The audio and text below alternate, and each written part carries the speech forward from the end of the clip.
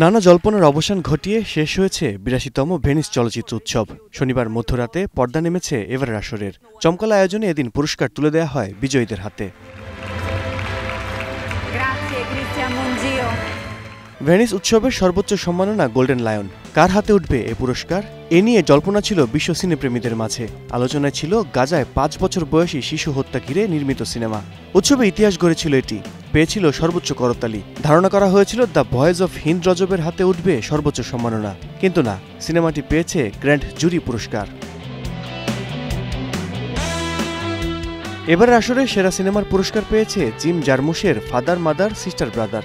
৩টি ভিন্ন দেশের ৩টি গল্প নিয়ে নির্মিত হয়েছে সিনেমাটি। প্রাপ্তবয়স্ক সন্তানদের সঙ্গে বাবা মায়ের সম্পর্ককে কেন্দ্র করে এ সিনেমার গল্প।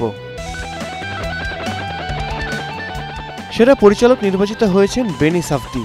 ডোয়াইন জনসন অভিনীত দ্য স্ম্যাশিং মেশিন সিনেমার জন্য এই পুরস্কার পেয়েছেন তিনি। ইতালির জিয়ান ফ্রাঙ্কো রসির সাদাকালো তথ্যচিত্র বিলো দ্য ক্লাউডস পেয়েছে বিশেষ জুরি পুরস্কার। লা গ্রাজিয়া সিনেমায় অভিনয় করে সেরা অভিনেতার পুরস্কার পেয়েছেন টনি সারভিল্লো। অন্যদিকে the sun rises on us all সিনেমায় অনবদ্য অভিনয় করে সেরা অভিনেত্রী হয়েছেন জিন জিলেই। উৎসবের মূল প্রতিযোগিতা বিভাগের ৭ সদস্যের জুরি বোর্ডের নেতৃত্ব দেন মার্কিন নির্মাতা আলেকজান্ডার পেইন। মর্যাদাপূর্ণ এ উৎসবের পর্দা উঠেছিল ২৭ আগস্ট।